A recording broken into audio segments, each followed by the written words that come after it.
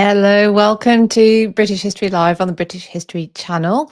With me, I'm Philippa. Whether you are new here or whether you have been watching and listening for a while, welcome. Thank you for joining me today. In today's show, we're continuing with it's the second of a three-part series, as it turns out, into Henry VIII's divorce and the sack of Rome in 1527. This is 1527 sack of Rome. Last week, or last time, should I say, a fortnight ago, we looked into the events running up to what brought 20,000 bloodthirsty imperial troops to the walls of Rome in May 1527. Today, we're going to be looking at the actual sacking of Rome, what actually happened. Now, you don't need to have watched the last episode to watch today's episode, but you may want to catch up with it because it's very interesting seeing the context and the run up to it. And then we will so then next time we're going to be looking actually at Henry VIII's divorce and how that all ties in with all of this. That show will be on the 31st of March, so hopefully you can join me for that. So I am streaming live on YouTube, Facebook and Instagram. Not Instagram, actually, just YouTube and Facebook. But a warm welcome to those of you watching live and those of you listening on or watching on the catch up and listening on the podcast. It is St. Patrick's Day if you are watching live. So happy St. Patrick's Day. I know a few of you are joining with your Irish coffees, your Guinnesses, your stews. I do hope you are anyway. And so anyone who is celebrating, and why not? So welcome. Today's main topic, like I've just said, is going to be the sack of Rome. We also have the 3-minute explainer. And before we get started, this is a last call, if you like, for the Wars of the Roses online history festival. I'll come back to it later and give you a bit more detail, but just to let you know that the banner running across the bottom of the screen will tell you where you can get tickets. It begins on Friday, it goes through until Sunday. We have 6 speakers and 2 live events. We have a Q&A with all of the speakers. We have a talk from each and then a Q&A, and we have a finisher, which is like a fun quiz based on the talks. So it's quite fun. And so there we go. And then we'll have our 3-minute explainer. I'll tell you some things that are coming up. And I've also got this fortnight's AI's attempts at coming up with videos of historic events, which I've asked it to help me. I mean, I ask it and now it's just, they are insanely bad. But anyway, we will finish off with those. Before we get started, thank you to everybody who attended book club last night. If you don't know, I have a book club. It's in my Patreon. Anyone who's a member of my Patreon, patreon.com/British history, it's automatically part of book club. You get loads of other stuff as well. But last night we were discussing this book, Young Queens, by Leah Redmond Chang. I don't know if she pronounces her name Lee or Leah, actually. Anyway, even if you're not part of book club, if you are interested, again, in European context for British history and English history, especially around the Tudor period, then this is an excellent book. We really, really enjoyed it. We had a brilliant discussion in book club. When you join Patreon, you can actually see our previous meetings. We record them and we put them into Patreon so that you can see what a book club meeting is like. It means that people who can't make the book club can still be part of the discussion because we continue in the comments below that video in Patreon.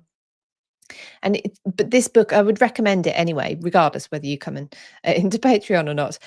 It was really, really good. And basically, it's almost I suppose it's a triple biography, but of Catherine de' Medici, dealing with the Medici today, Elizabeth de Valois and Mary Queen of Scots, with a big smattering of Elizabeth I in there as well, because there's just no way around doing that. How their lives intertwined. And yeah, absolutely fascinating. Lots of detail and another perspective on perhaps stories which seem familiar, especially that of Mary Queen of Scots. So there's that. The next book that we are reading, in case you are interested, because you just want some inspiration, is Nathan Armin's Son of Prophecy. Now, he has just posted, or I've just seen it in the last hour, that they are doing a second print run of this. So it's very popular, and rightly so. As you can see, I have actually already read it once through because I interviewed Nathan. And if you haven't seen that interview, I actually interviewed him last August at Bosworth because we were there for the Bosworth Medieval Festival. And I spoke to Nathan about this book. So you can see that, listen to that on this YouTube channel, and also on the British History podcast. But if you'd like to read the book and then come and discuss it with fellow history geeks, then patreon.com/British History is the place you need to go. Pick up this book anyway if you're interested in Tudor history. It's very, very, again, very interesting. Another perspective on perhaps stories that you think you know, way more information about them as well. So thoroughly recommend Nathan's book. The meeting is the 4th of May for anyone who's interested. So we have a few people in the comments who were here on book club last night. So Becky forgot it was on. It's okay. Oh, I must say, I will tell you now as well. And people who missed it last night will miss next book club. Not only will we have the meeting, but then Nathan will be joining us live at the end of the meeting to answer any questions that patrons might have. So that's very exciting. Okay. Right. With that said, let's get on with today's discussion. So this is it's a raw subject. It's a difficult subject to cover. The actual sacking of Rome is, I mentioned it last week, it is brutal. And today I am going to be going into some of the detail, and I'll explain a bit about that in a moment. But before I do any of that detail, I will let you know it's coming up in case you would prefer to step out for a bit.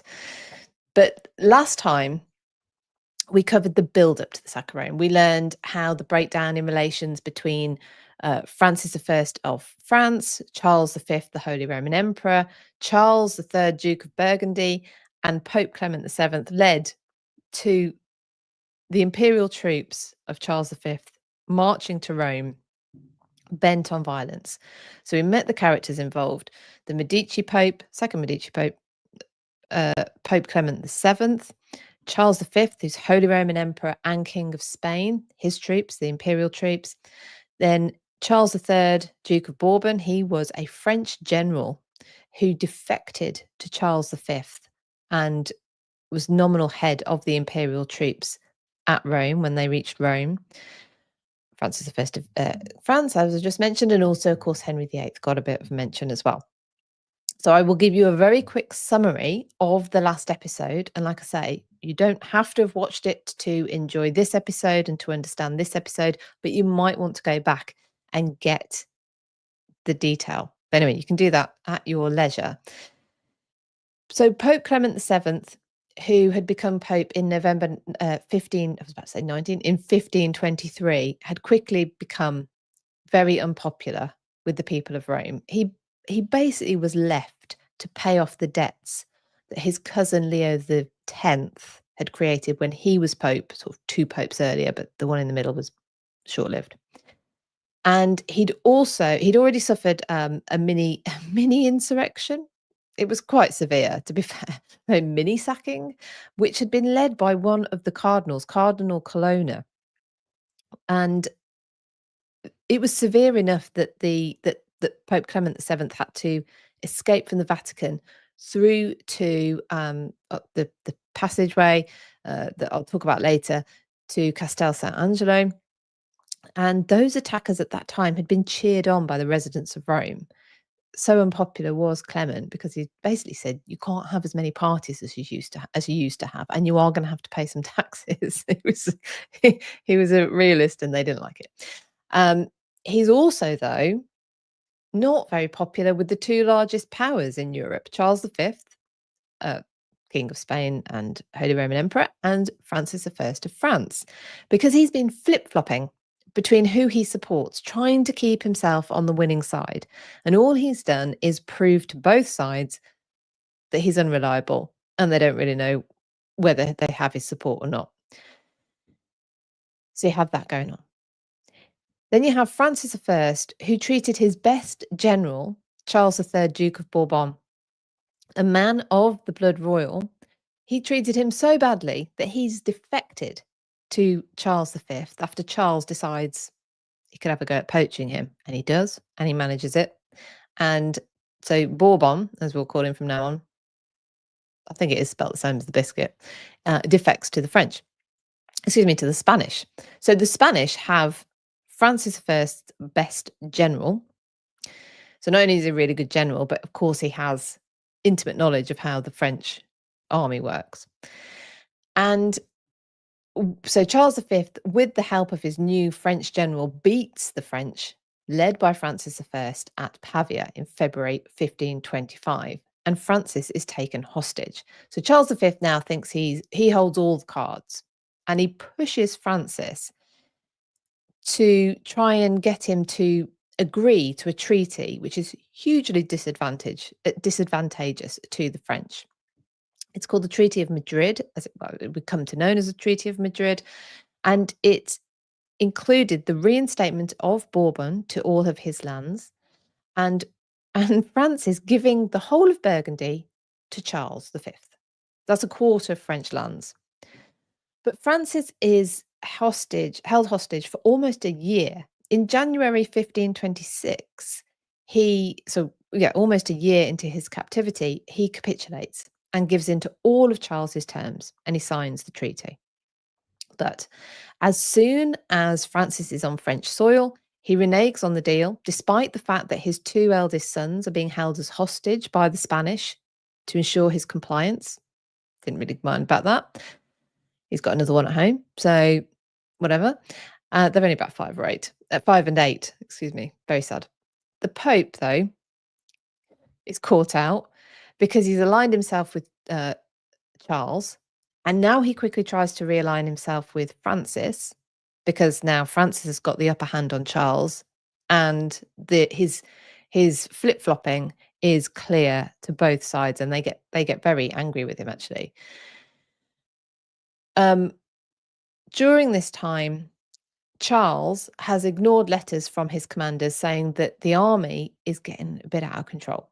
The men have had no secure food supply.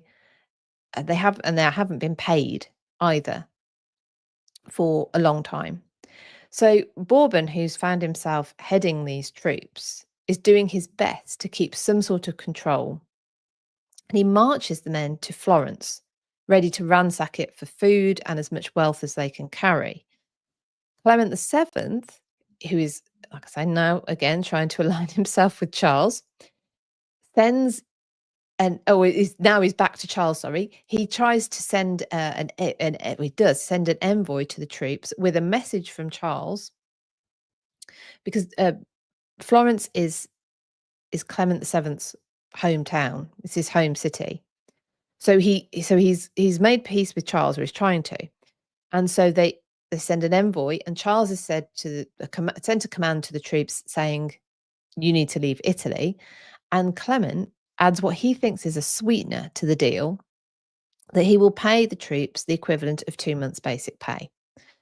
That does not go down well. And Clement is left bemused, the fact they haven't taken their command from Charles, and that they don't actually think that 2 months' basic pay is enough. It makes them furious. They're absolutely furious, and they decide to skirt away from Florence. Florence narrowly misses this awful outcome, and they head to Rome, and they turn up in Rome they turn up outside of Rome, excuse me, in early May 1527. So that is a whistle-stop summary of the last episode. So like I said, I'd encourage you to go back and watch it. It was streamed on the 3rd of March. If you need to find it, it'll be on the live tab. So let's get into what actually happens. And what does happen becomes the stuff of, it becomes, I was going to say, of legend. That kind of gives it almost, feels like, oh, legend is almost like a positive thing, but it was so shocking, devastatingly brutal, as I've said a number of times. And it was an attack on both the Holy City and papal authority, which is interesting when you think that we'll come back to it next week, but how Henry VIII is seen as having the attack on papal authority. This is a physical attack on papal authority. And the immediate and subsequent effects of this sacking sees the population reduced from something like 55,000 down to 10,000. It takes the city 3 decades to recover its population. And there is violence perpetrated, on people and property. That no one, no thing is spared for the. We'll get into some of the detail. Now, I completely understand, therefore, that if at this point that's enough and that's all you need to know. I will be talking about quite a bit of stuff before I get into the really upsetting detail. So you can stick with me for a bit. I will let you know before I get into any of the facts that you might not want to hear. But I also completely understand if you have got the gist already and you just want to come back in the fortnight's time. So, but what I would say is, okay, so in summary, what you need to understand is, if you want to avoid the detail, is it was devastating, it was all-encompassing for the people involved, and it was drawn out. But I am going to cover the detail, and the reason I am is because the horror that these people endured should not, in my opinion, be reduced to euphemism. These were real people, and their lives included these events. And for us to understand, even partially, I think we need to speak of it plainly. And so that's what I will do. I may well get demonetized, but we'll see how we go on. Either way, it's important. So we're going to get into it. And like I say, I will give you another warning before I talk about any of the really nasty stuff. So on the 4th of May, an approaching army is visible from the walls of the city. Now, these troops, like I've mentioned, they haven't been paid. So they're after money, but they're no longer, actually, if they have been for quite a while, a disciplined army. When you think of imperial troops, when you hear of the sack of Rome and you hear, oh, Charles V's imperial troops make their way to Rome, you would imagine a organized army with a command structure. The commanders of these troops have been holding on by a thread for months. Insubordination has been a common occurrence. The Duke of Bourbon has had his tent ransacked a number of times. All-out rebellion has been close on a number of occasions. These men have survived the harshest conditions.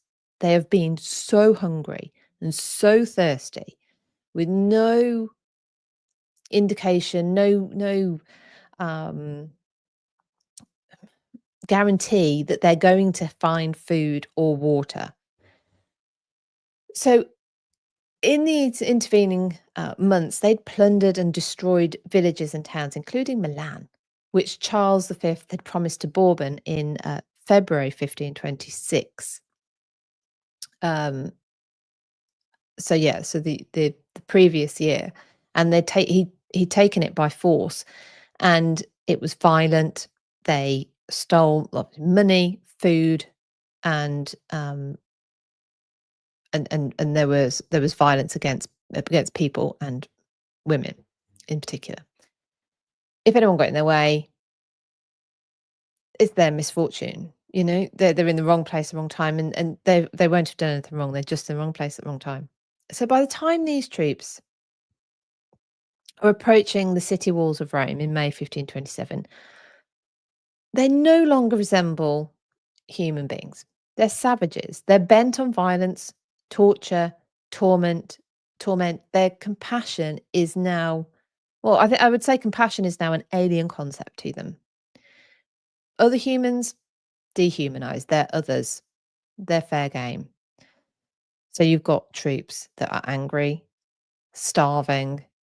The humanity in them has been beaten out of them long ago. They're better described really as a mob, a battle-hardened and armed mob with personal motivations for an attack. And they number around 20,000. They're made up of Spanish and German soldiers. The German contingent include a group called the Landsknecht. They're particularly brutal, and they had also just lost their commander, a man called George Frunsberg, who he died probably of a heart attack after becoming apoplectic at one of their challenges to his authority. They challenged his authority and he had gone, yeah, nuts. He was so angry that he collapsed and later died, probably a heart attack. The Spanish, so you've got this German contingent, and you've got who tend to be Lutheran in their religious outlook, and then you have the Spanish who do tend to be more Catholic leaning. So they have different ideas of what's really going to happen once they get in the city. The Spanish's aim is to extort money from the clergy. The Landsknecht, though, they actually declare that they've promised to murder all priests. So what's Rome done to prepare? So has Clement done anything? Well, he he appoints a man called Renzo de Cherry to command the Vatican army in case the city does come under attack. Another, unfortunately, very poor decision on Clement's part. De Cherry had been part of a mercenary group, and although he was a proven soldier, his leadership qualities had never been tested and turned out left a lot to be desired. He had a really bad ability to plan, like no ability to plan, or crucially to anticipate what an enemy might do. And so therefore his planning is severely lacking. And unfortunately, on top of that, he lacks any humility to recognize his shortfalls. So he makes no adjustment for his lack of ability or experience. And it had initially seemed like he wouldn't need to do much. The Pope had been so confident that they'd secured a truce, that the envoy that went with Charles V's message and his golden sweetener, he hoped, he thought no trouble would come their way. But of course, that envoy, like as I mentioned earlier, met with severe resistance, a very angry response. And the Duke of Bourbon had said to him, look, you need to go back and you need to come back with at least 5 times more than that amount that you've just offered. And you need to do it fast. And he admitted at that point that he didn't really have any control over the men. He was hanging on to any sort of control by almost acting like their spokesperson. Renzo de Cherry, though, reassures the Pope that don't worry, if they do come, we have enough troops. And anyway, we can easily raise some money and buy some more. And unfortunately, the Pope had already dismissed his mercenary army, so his paid for army, because he had thought he didn't need them and he didn't want to keep paying for them if he didn't need to. So Clement now decides he needs to get together the richest men of the city and summon them to a meeting and explain the situation to them. He needs their money. He needs to be able to pay for soldiers. He needs to be able to pay for the city's defences to be shored up as much as possible. And maybe even to buy off the army that is approaching. But they keep their hands in their pockets. They they assume that they'll be able to pay for their own little mercenary armies and that their mansions with their mercenary armies will be safe. They also possibly thought that the Vatican doesn't really need their money. This is just Clement trying to get more money out of them. How can the Vatican be poor? How can the Vatican not have money for this? So unfortunately, they don't provide any money. Then Renzo now, because he can't pay for a good army, he starts to call on the city's militia, but only a quarter report to duty. So he conscripts anyone he can. And for some reason, he seems to think people like cooks or painters will be good with their hands and therefore they can handle a gun. Okay. He also persuades the Pope now, persuades Pope Clement to sell cardinal hats, so cardinal positions of cardinal, to raise money. Clement to this point had been priding himself on his integrity, especially things around, bribery and buying of positions. He absolutely wanted to avoid that, but now he finds himself in a position where he feels he has no choice. And he caves and he does sell cardinal positions. They were snapped up by the rich, including a woman called Isabella de Este, who wanted one for her son. She is a very, very interesting woman in her own right, Isabel de Este. She is actually an alternative candidate as the subject of Leonardo da Vinci's Mona Lisa, and was definitely sketched by Leonardo da Vinci during her lifetime. But anyway, so she's very interesting in her own right. But what I find interesting about her story, pertinent to what we're talking about today, about the sack of Rome, is that despite having the means to leave, she decides to stay. And there's a couple of reasons why she doesn't think it's necessary to leave. Her nephew is, in fact, the Duke of Bourbon, and one of her sons is a commander in the army. Now, her son has actually written to her and said she needs to leave. That the damage this army is going to do is going to be apocalyptic. He's already warned her it's going to be apocalyptic.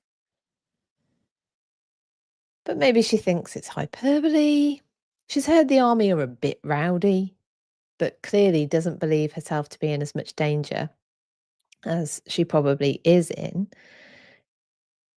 And again, despite her son sending her a second warning, I don't know whether she just thinks he's being overprotective, but there you go. That's an indication of just how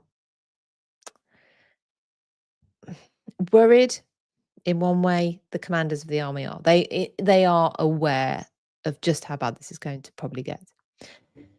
The city's defenders under Renzo de Cherry total about 8,000. He has 4,000 volunteers, so those conscripted individuals, the cooks, the painters, the criminals, actually, also in there. You have 2,000 Swiss guards, 2,000 black band soldiers, which were loyal to the Medici family. However, they're all under-equipped and under-trained. Well, maybe not Swiss guards. They're very well trained. But the majority of the defence forces are not well prepared. And Clement, he is visibly terrified the closer it gets, the closer the army gets. De Cherry, however, with his completely misplaced confidence, assures the Pope that the army that they have will easily see off this tired and hungry Imperial army who had abandoned their heavy artillery already and weren't even in boots anymore. They're in like worn out sandals. And de Cherry even dismisses help from the offer of help from the Duke of Urbino. Urbino? Urbino. Now, the Duke was no fan of Clement, but he'd offered to help anyway. But de Cherry had said, "No, it's fine. Actually, we're well prepared." And the commander that the Duke had sent actually sends a message back saying it's fine. Rome have got excellent provisions for defence, and the Pope has full confidence in the people of Rome. So that's where they are at.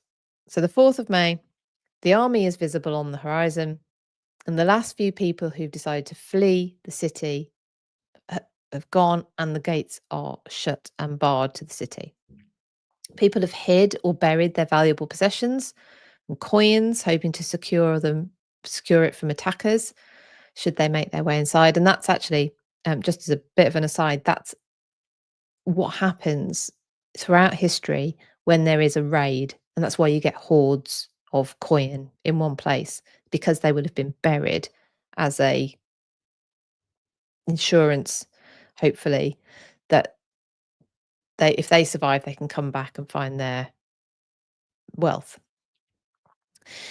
So people have hidden their possessions, and the Duke of Bourbon actually presents the Pope with one last opportunity. He says, right, 300,000 ducats and the army will leave.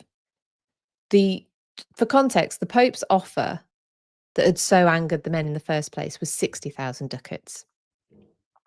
And my daughter misheard me and thought I said ducklings or something earlier. She's like, ducks? No, ducats. Anyway, so 60,000 ducats was the first offer from the Pope, the one he thought was a sweetener. Bourbon had counteracted that and said, no, 240,000. Now it had gone to 300,000. Now that's a lot of money, but it's not inconceivable. The Pope had raised 240,000 ducats from selling cardinal's hats. However, de Cherry once again reassured Clement that they were in a strong position. They'd easily see off this threat. So bizarrely, Clement didn't take this final opportunity and he didn't pay. And so Bourbon and the Imperial mob prepare to attack. And by this point, it's been 5 years since the Duke of Bourbon had defected from the French to the Spanish. During which time his life had gone from bad to worse. He had little, if anything, to lose, and all to gain if this attack was successful. He hoped that if he was victorious, he could negotiate his way back to something like the life he had before. So in the very early morning of the 6th of May, under the cover of a mist which had covered the ground, and whilst it was still dark, a contingent led by Bourbon attacked the walls near the Vatican. The attack began about 4 a.m. in the morning, we're told, and they targeted the shortest parts of the wall. So the walls are pretty, tall, but they had been built almost 1,300 years earlier, believe it or not. The walls of Rome had been built, majority built under Emperor Aurelian between 271 and 275 AD. So they were getting on like 1,250 years old. And they hadn't been maintained in a long time, such was Rome had been sacked multiple times, but by this point, they're feeling pretty secure enough that actually some of the walls had been purposely reduced in height in order to create gardens and views and whatever for the landowners that had the land up to the walls. So the invaders, I suppose, would normally have used their cannon, but they had abandoned their cannon, their heavy artillery, weeks before, because the heat combined with their exhaustion meant that they decided to dump them. They couldn't keep pulling them around. But they realised, even without the cannon, these walls had been hastily repaired So they used whatever they could to try and break them down and get them to a height where they could scale them in with makeshift ladders. Now there was sort of concentrated parts of the wall that they were trying this on. So initially the invaders suffered heavy losses. Although the defenders were outnumbered, of course, because the attackers were coming in these concentrated pockets, they were easily picked off. But they had overall numbers on their side, a bit like lemmings, and they regrouped and attacked again. The Duke of Bourbon led the second attempt to scale the walls. Now he decides always to dress with his distinctive, I don't know if it's white or silver because I've read both, but this distinctive, easy to see even in the fog, surcoat over his armour. So he's quite distinguishable despite the darkness and the fog. So in what would be a tragic end to Bourbon's final years on this planet, he was shot, and shortly thereafter he dies of his wounds. He bleeds out from a severed artery in his groin. The kill was claimed later on by a Florentine sculptor turned soldier defender on this day, Benvenuto Cellini, who claimed that he spied the commander and shot him with his arquebus, which is like a early shotgun, quite big, usually has a stand. It's quite questionable whether, who knows whether he was the one who actually made the shot, and if he did, whether it was down to skill or luck. But he claims a shot. And just as an aside, Benvenuto Cellini is actually incarcerated almost a decade later in Castel Sant'Angelo. He's incarcerated on charges of having stolen property from the church during the sack of Rome. So anyway, that's the guy, and he claims the mortal shot of the Duke of Bourbon. So I've mentioned the number of troops. So you have this sheer number of troops on the Imperial side, which means the attackers can rotate and they make losses, but there's more to cut and there's more coming. And the Roman defenders become more and more exhausted. And around 6 a.m., they breach the walls. Now, the death of Bourbon is often quoted as either angering the troops or meaning that now they lack command. And the insinuation of that, I suppose, being that this somehow accounts for the brutality which is to follow. However, if you watch the last episode, I think if you agree with me, it became quite clear that Bourbon, and I've mentioned it briefly now in this one, in fact, he's fairly unpopular. Fairly, he's unpopular with the soldiers. He um and he's lost command really almost from the beginning of his generalship. They see him as a turncoat. He's also foreign. He's French. He's their enemy. He's from their enemy. So he was struggling to keep command anyway. And he'd admitted that he'd adopted this role of spokesperson, like equivalent to a trade union shop steward or something. I mean, maybe a crude example, but probably not too far from the truth. He wasn't somebody who was in charge in a way that he could give orders and they would be followed. And his subcommanders, however, maybe did use Bourbon's death to rile up the troops more and motivated them to continue as if it was vengeance for Bourbon's death. But the idea that they were angered purely on the fact that he was shot, I'm not buying that one. We already know they're angry, they're desperate, they're violent, and they have revenge on their minds. So you have the walls breached near to the Vatican. Further along the Tiber, the river Tiber, which runs through Rome, Roman defenders are doing their best, but they're overcome on the Ponte Sisto, the one of the bridges going into the city, and Imperial troops file over that. They had, I think Clement had put forward the idea that maybe they should break the bridges leading into the city. but that idea had been rejected on the basis of it's a a very pretty old bridge, and if we don't have the bridge, it's going to be really difficult to get our stuff over and back and forth over the river. So it wasn't broken, which is probably a good thing for us now because it's still there, but not too good for the people of Rome in May 1527. So there's a lack of command, and we now have a marauding army. It's running riot and out of control. The defenders also lose their leader. Renzo de Cherry, after all his bad planning, bad preparation, bad advice, flees Rome as soon as he can.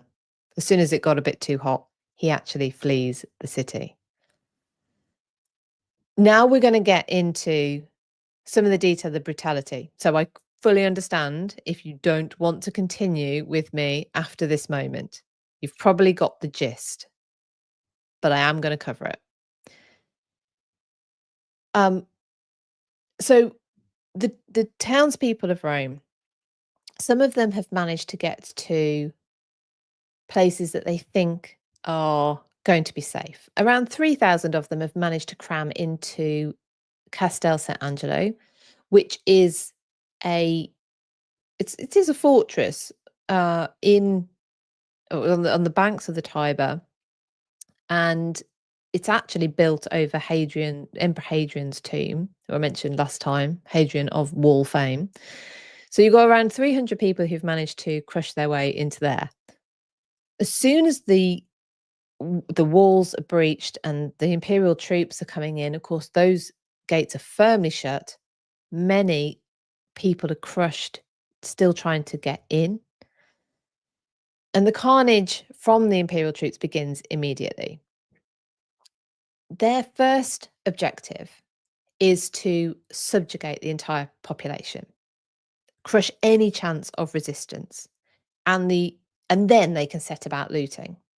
The quickest and surest way to subjugate the population is to enact incredible and indiscriminate horror. No one is spared. Not children, not the elderly, not the sick in their hospital beds. They actually go into the hospital and orphanage of Santo Spirito, and they slaughter nearly all of the patients in there. The German and Spanish contingent, I've already mentioned, have already got slightly different views on what's going to be happening. And they have different tactics. Indiscriminate killing by the Germans, but the Spanish have begun to take hostages. Hostages mean money. If you take a hostage, it's because you're trying to get... one of the reasons is because you're going to get their money. And the Germans are furious at the Spanish by now. So the imperial troops are properly fractured. They weren't particularly together in a combined force anyway, but now they are properly fractured and they're acting separately. So they do take a bit of a dinner break. They do go and eat as much as they can. Short reprieve. When they get back to it, nowhere is safe. And this makes this sacking a bit, or it makes it different from other ones in that there was no places of sanctuary. The churches, monasteries, convents were not places of sanctuary. In fact, the religious became a particular target, especially of the German Lutheran soldiers. People who had made their way to churches, like I say, did not find any sanctuary in that, and the German soldiers will set upon them and kill many people. They particularly enjoyed the humiliation and torture of the religious, so of monks, nuns, priests, bishops, and mock the Catholic faith. The men, the monks, priests, bishops are set upon. Some are beaten, others are whipped. There's much worse to come for many. They're mutilated. Some have their ears, their noses cut off. some are castrated, some are even executed. An 80-year-old bishop, the 80-year-old bishop of Potenza, who couldn't pay his ransom or couldn't pay the ransom they were asking for, was executed.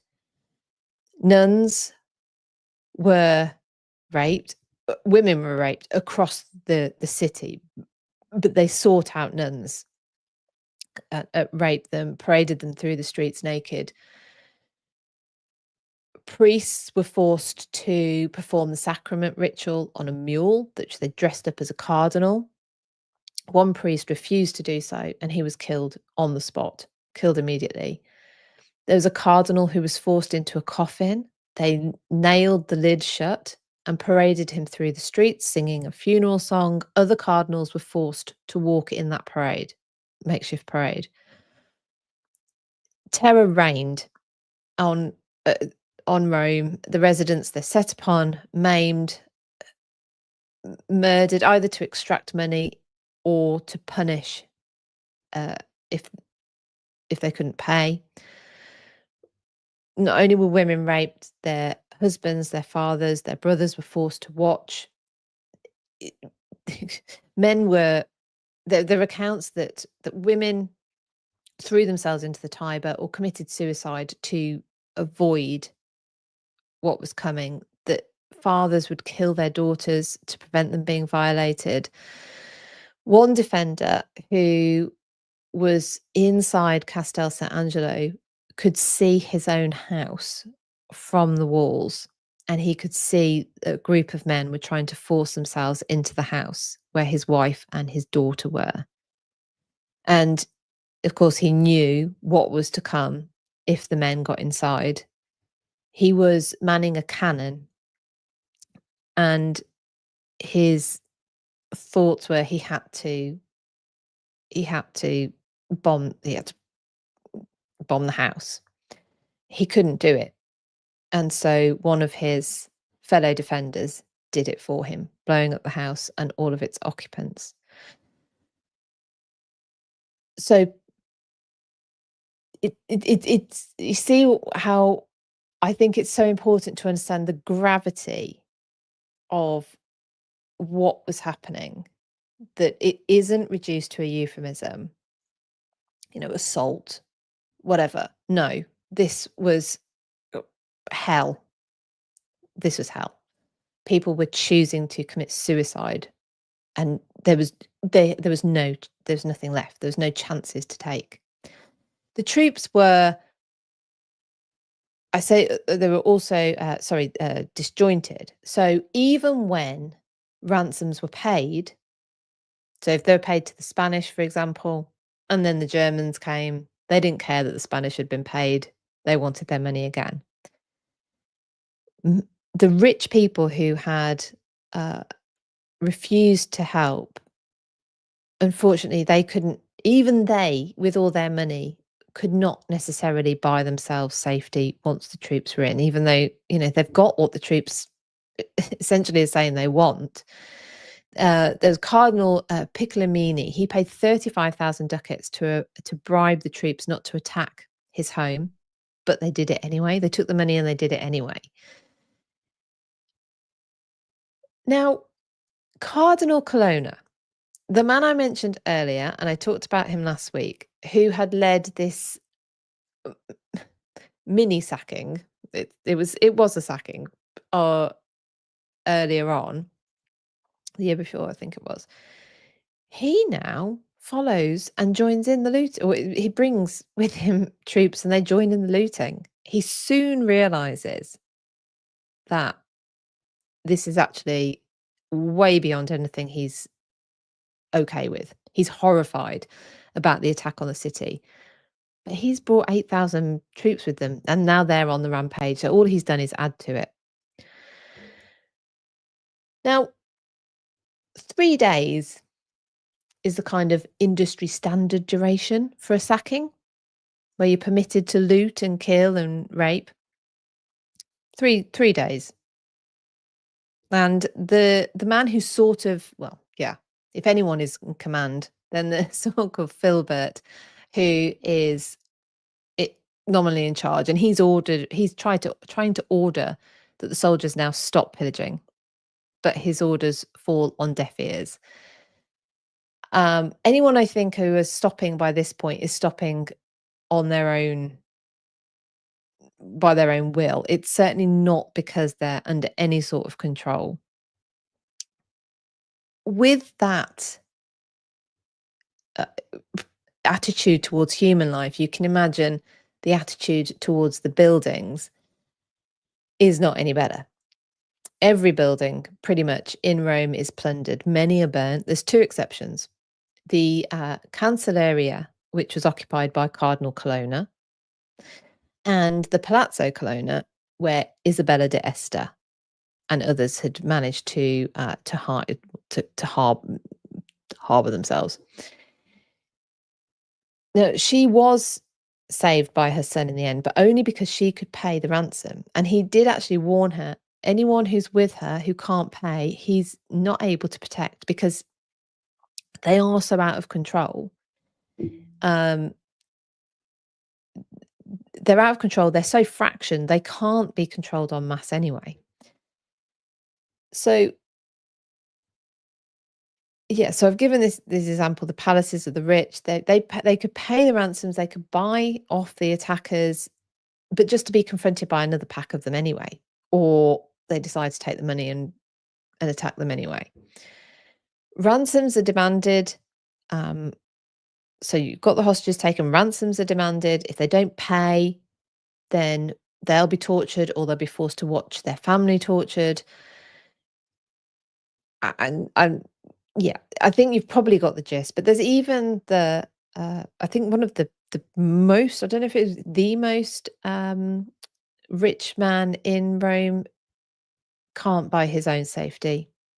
His son is killed in front of him, his daughter is raped, his house is burnt, and then they murder him anyway. One account says in the whole city there was not a soul above 3 years of age who had not to purchase his safety, but whether that was even possible in some of the cases. So a lack of respect, excuse me, for human life extended, as you'd expect, to the literature, the art. All the libraries were destroyed. Religious and secular buildings alike looted and burned. Tombs were destroyed. Tombs were opened up to see if there were any valuables buried with the cadavers. That included the tombs of St. Peter and St. Paul, their heads apparently being kicked about in the streets for sport. Somehow a nun managed to hide away the head of St. John the Baptist. Now, the Vatican Library is damaged, but it survives. And it survives because Philippa of Orange, who was the man that I said assumed leadership after the death of Bourbon, he sets up his headquarters there. And that's the only reason why the Vatican Library isn't completely destroyed. So where's the Pope at this time? So he narrowly escapes the Vatican.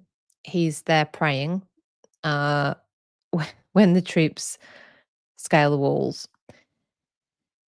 And they are heading they're not far from the Vatican anyway when they do this. So they head to the Vatican, and his Swiss bodyguard bundle him down the Passato di Borgo, which is this passageway. It's also known as the corridor, and it's about 800 meters long, which actually I had to do a run in my workout the other day, and 800 meters felt pretty far to me. And I wasn't, when I was in the middle of a workout, I was expecting it.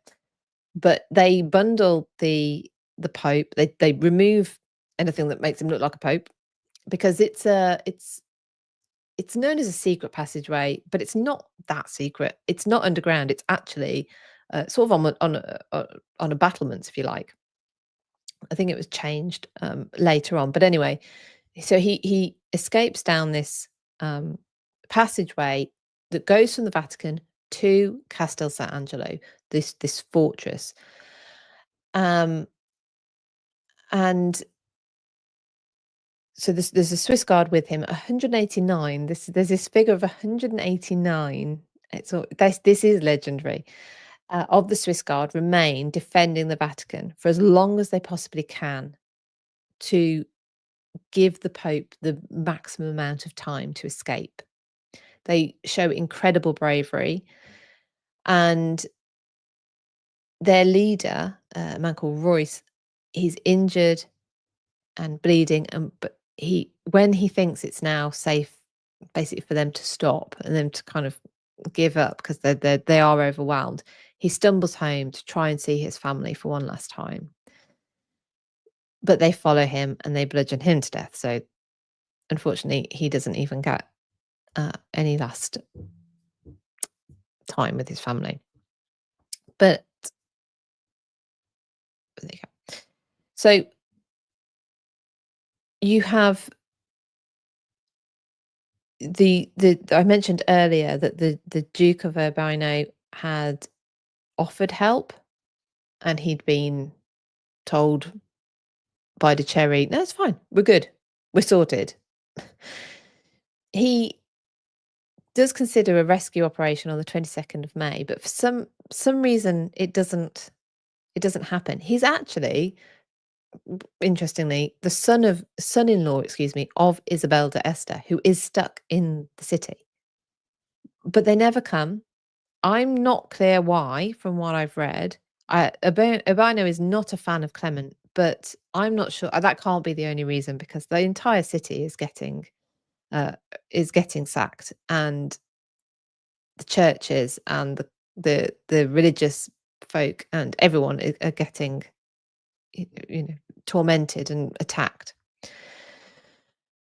So the ransacking actually continues for, well, the main part continues for weeks. Those that have taken refuge in Castel Sant'Angelo are eventually starved out. On the 7th of June, so an entire month really, the Pope and the Imperial army negotiate a surrender of the city. But the pillaging it doesn't finally end till February of the next year, 1528, 8 months after it's begun. As the violence subsides, or maybe the violence subsides because we start seeing disease, the plague starts to spread around, probably other diseases as well. Because there are the rotting corpses of thousands of people, animals, but these imperial troops had also, in their desperation for plunder, had dug into the ground. So I mentioned that they dug into tombs. But they were digging into the ground trying to find where people had, presumably find where people had buried their treasure, their possessions, and they damaged the water supply, they damaged the sewage system. Also, by this time, food had run out. There's no one left to ransom. Everything's gone. Society cannot function, of course, when this is going on. It's just completely broken down. So you had the people who died at the hands of the attackers, excuse me.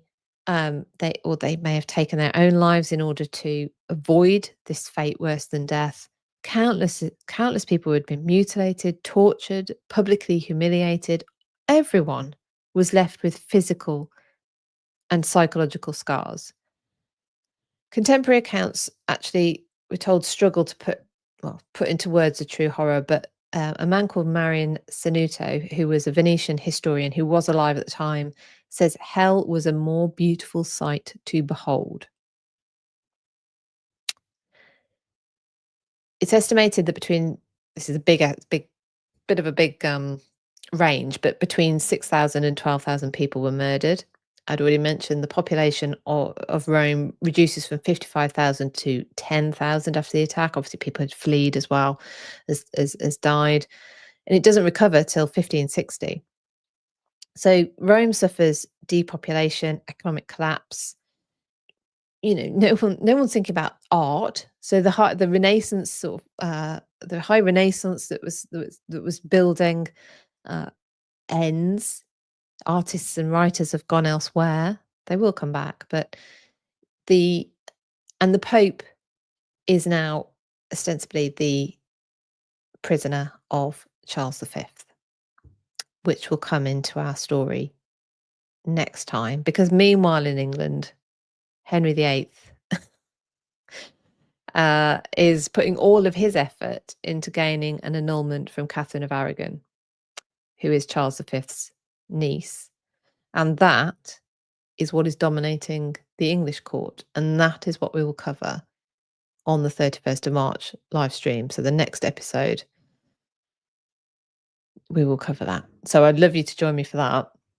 But that's where we're at. So I hope it's not really one that I can say, I hope you enjoyed it. But I'm hoping that's giving you a very clear idea of just the magnitude of this attack. It's really unlike anything that, well, it's not unlike anything we've seen before, of course, but it is one of the most horrific attacks on a place that we saw in this time period. I'm going to go on to happier things now. So thank you for bearing with me with that. If you are enjoying this, please do give me a thumbs up and make sure you're following the channel. I really do appreciate it. Maybe share it if you think that it's of interest to maybe friends or family. I do appreciate it, and it does help to spread the word and get people viewing stuff that they want to view. Don't force anybody, it's fine. So I will do now my 3-minute explainer, because Linda asked, and it was actually linked to some of the discussions we're having about young queens, and it's linked to what we've been talking about as well. And her question is, what is meant when the phrase "prince of the blood" is used? And in this context, we talked about it last week. The Duke of Bourbon is said to be, he was a prince of the blood. It is quite simple. It won't take me 3 minutes to explain this one. It is simply someone with a claim through the male line descended from the monarch. So you can have a prince of the blood, you can have a princess of the blood, but it's through the male line. So you can't have a prince of the blood wouldn't, for instance, be the son of the daughter of the monarch. It has to come through the male line. And that's particularly important in the French succession, because Salic law means that females are in fact barred from holding the crown in their own right. And we think of that sometimes when we're talking about British history. Women may not be preferred, but they were not banned. They could, and indeed did, become monarchs in their own right. So that is what is meant by prince of the blood. So thank you, Linda, for asking that. I will also remind you before, so I've got a little reminder of things that are going on, and then I have what AI conjured up for me this week when I asked it to help me create a depiction of a historic event or a historic thing. And I would love your suggestions. If you want to suggest something I can ask AI to create for me, please do, because I'm interested to see what you want me to try. Okay. So this is your last chance. Well, it's your last chance on Sunday, but that is almost too late to buy your ticket for the Wars of the Roses Online History Festival. So it's going on this weekend, 21st till the 23rd of March. If you've bought your ticket by the end of the event, so I think tickets are on sale until 6 p.m. UK time on Sunday.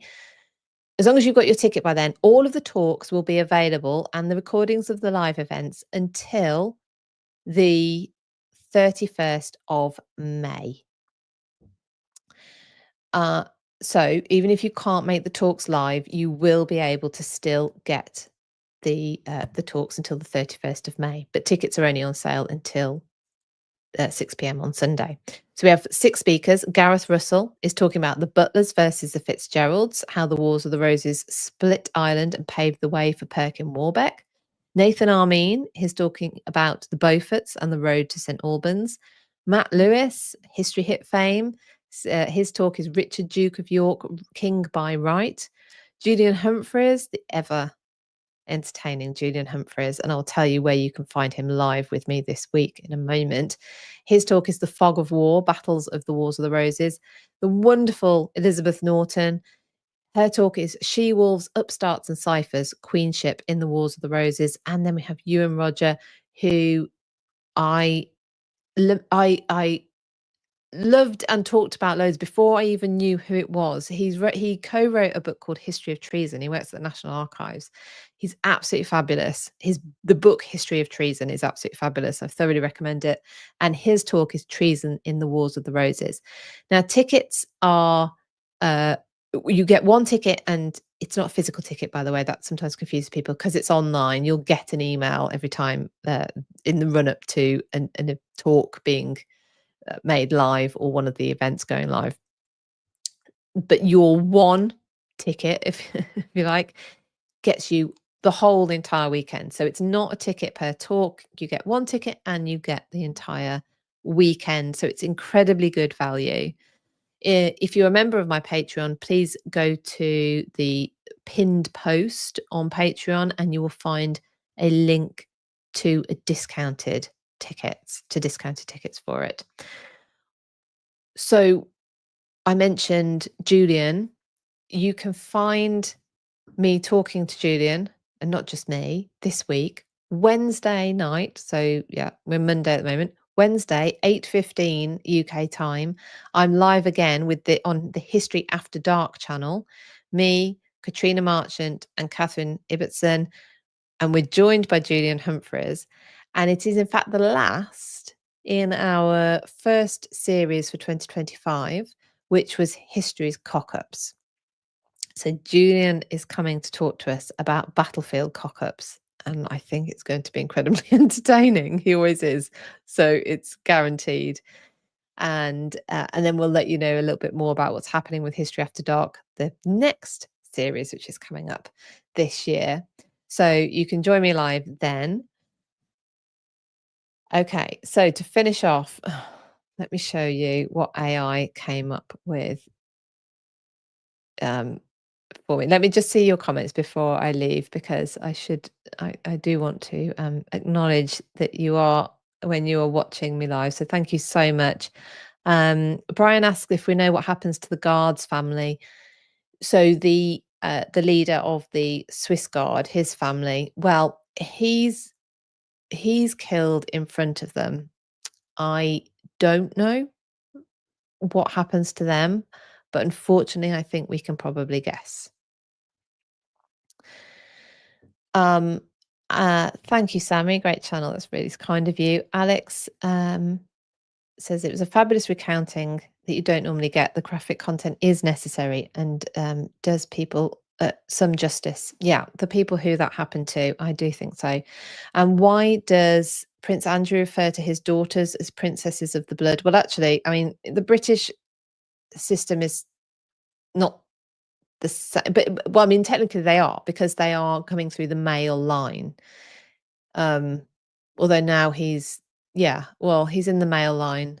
So Anne's children, Anne's children, for instance, would not be princes or princesses of the blood, whether they're male or female. But Andrew's children would be. But then if they were French, they still wouldn't be able to take the throne. So it's sort of simple, but yeah, there's nuances to it, as every other country found out. Okay, so thank you everyone for joining me. Let's finish off then with the AI. So this first one was inspired by, I think this is the first one that's going to come up, inspired by a comment that I saw from Gareth Russell. He did a Q&A about his new book, Queen James. And I can't remember what the question was, but his response made me laugh. He was talking about, oh God, I can't even remember what he was talking about, but he called them, he said they were both, he made the equivalency. They were a keyboard warrior in a cod piece. So, and this, so I thought, oh, I'll ask AI what it's going to do. A keyboard warrior in a cod piece. Now, I don't know if it interpreted cod piece as looking fish-like. I mean, like, this guy doesn't look, um he doesn't look right, does he? He's definitely a keyboard warrior. Something else is going on with him then. So then I thought, okay, I'll ask it to give me King James on a computer, because I was imagining King James, sending off an email like horrible histories do, right? And all it did was come up with a computer with some kind of weird text on it. Like, it's not getting it. It's not getting it at all. So, okay, fine. Okay, let's make it a little bit easier. Just a Tudor man on a computer. And I'm thinking, right, it's going to produce, a man on a computer, but dressed in Tudor costume. No, of course not. Oops, this is what we get. Now, you could caption that one. I don't think it'll be clean. No, it's not clean, is it? But you can caption that one. What is this guy saying? And why is he literally attached to his microphone? And how is that a Tudor man? He's a Tudor man on a computer, but there's 3 computers. And I don't know which bit of that is supposed to be Tudor at all. But anyway, so if you have any suggestions, if you're a patron, please just send me a DM and you can make a suggestion. You can also make a suggestion for the 3-minute explainer.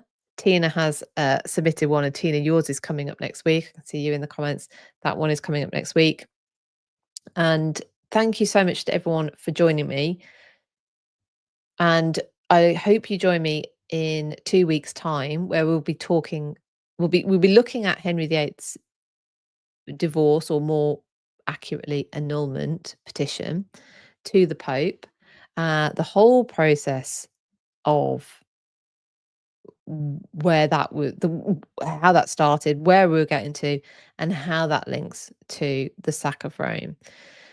So that will be on the 31st of March. So in 2 weeks' time, on the Monday night, 6:30 UK time, with all the clocks changing. I can't tell you, but our clocks would have changed by then. The UK clocks would have changed on that weekend before. I'll put a countdown calendar on my Instagram story, so hopefully, yeah, you won't miss it. It is actually already scheduled on YouTube, so you can actually go to my channel, go to the live tab, and click to get a reminder, and it should give you a reminder of when that goes live. All right, everyone, I'm going to leave you there. Thank you so much for joining me tonight, and I wish you a lovely rest of your day. All right, bye bye.